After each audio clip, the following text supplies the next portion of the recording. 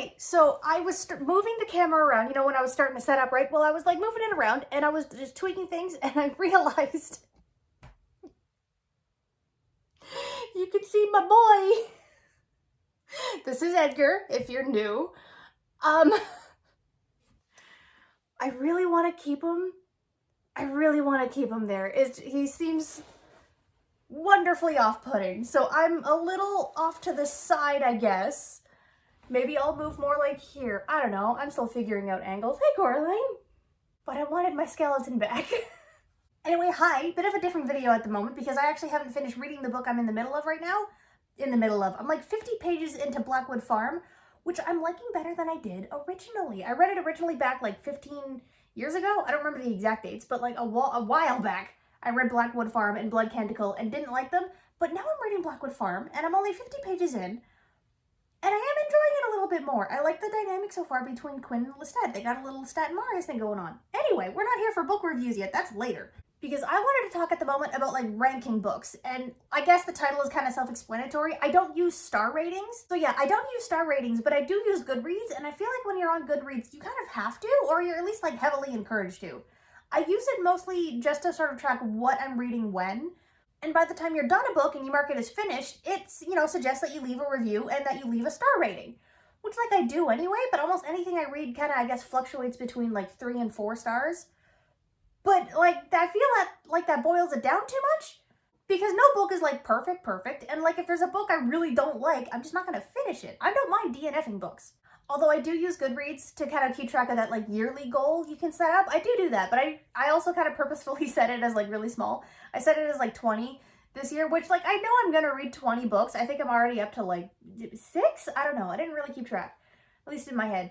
And when I am ever actually, like, on Goodreads looking for something new, or I found one on YouTube or BookTube that seems interesting and I go to look it up, usually on Goodreads, I don't care about the rating. I don't care what the rating says. I want to know what the book is about, obviously. And I don't look at reviews or the ratings, really, until I'm done the book. Because that's when it feels like I'm connecting more with other people who have read it. Also kind of to avoid spoilers. But in regards to just rankings alone, I had tried a system a while back of like breaking it down a little bit more. Because like if I thought the 1 to 5 star ranking was too boiled down, maybe I'll like expand it. So I thought of like a 1 to 10 system of like plots.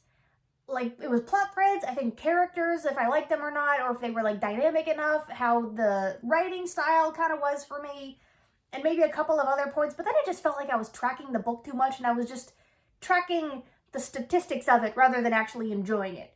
That being said, I do track stats in my own way. I'll get back to that in a second. Because in that sense, while I wasn't really enjoying the story itself, I did actually find a method that does work for me in regards to tracking books. So while tracking stats like that didn't really work out for me, I did find a method that did work out for me. And in regards to like tracking stats, it's not so much like character development or plot threads. I really just Sorry, I started playing with her ears.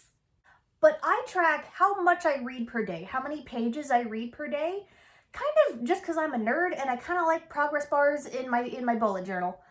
I also kind of found my own way to track my own reading experiences rather than like studying it of like character development versus plot threads versus writing style. It's still kind of there, but I have a smaller journal that I carry with me all the time where I actually do put in little notes of like what I kind of think about the writing style, or if there's any little tidbits that snuck out to me, if I maybe caught a bit of foreshadowing, but also if I didn't catch a bit of foreshadowing. Also like reader reactions. I will admit, when I was reading Mockingjay, the whole little reading section was just, no, not that person. Oh, no, wait, not that one, too. Oh, this is just sad. I also have a small section of when I started it, when I finished it, and a little section at the bottom to kind of make the pages even out a little bit, because I had the title on one side, but then that made the reading side like longer than the writing side. So at the bottom of the reading side, I put a little blank section, a little blank rectangle, a little space, where I could put in just my favorite quote if something kind of stuck out to me, if there was just a good piece of writing. And that's how I track. You are not helpful today. And that's how I track my ratings. I don't do like the whole star system. I kind of have to on Goodreads. But if I see a book is marked like 3 out of 5, I want to know why. I want to know why you mark it that way. That's what I'm more interested in, and that's what I focus on with my little journals. And it's really just my little like reactions, honestly. And the main reason why I wanted to like start this little discussion was I wondered how you might track your stories. Do you just use Goodreads and just use the like 1 to 5 star rating? Do you have a more intricate system in rating your books? Do you not rank them at all? You have a little bullet journal like I do? Or do you just have like a journal where you write down your thoughts and how you like it? Or do you just not? That's okay too. And I also thought maybe my process with my little journals could also be helpful for others if they're trying to find out different ways on how to track their stories. If you want more of a numbered system or just like a thought-based system, I will admit, in the photos, I'm sorry about the handwriting. But bonus to bad handwriting is that when I write out the first drafts of my stories, no one can read it. No one can take my ideas. Anyway, yeah, a bit of a shorter video, but I thought it'd be more of a sparking a discussion on how we rate books. Feel free to like and subscribe, and I'll see you next week for an actual book review. And at the time, it's actually going to be Mockingjay because I just finished that a couple of days ago. Oh, that hurts so good.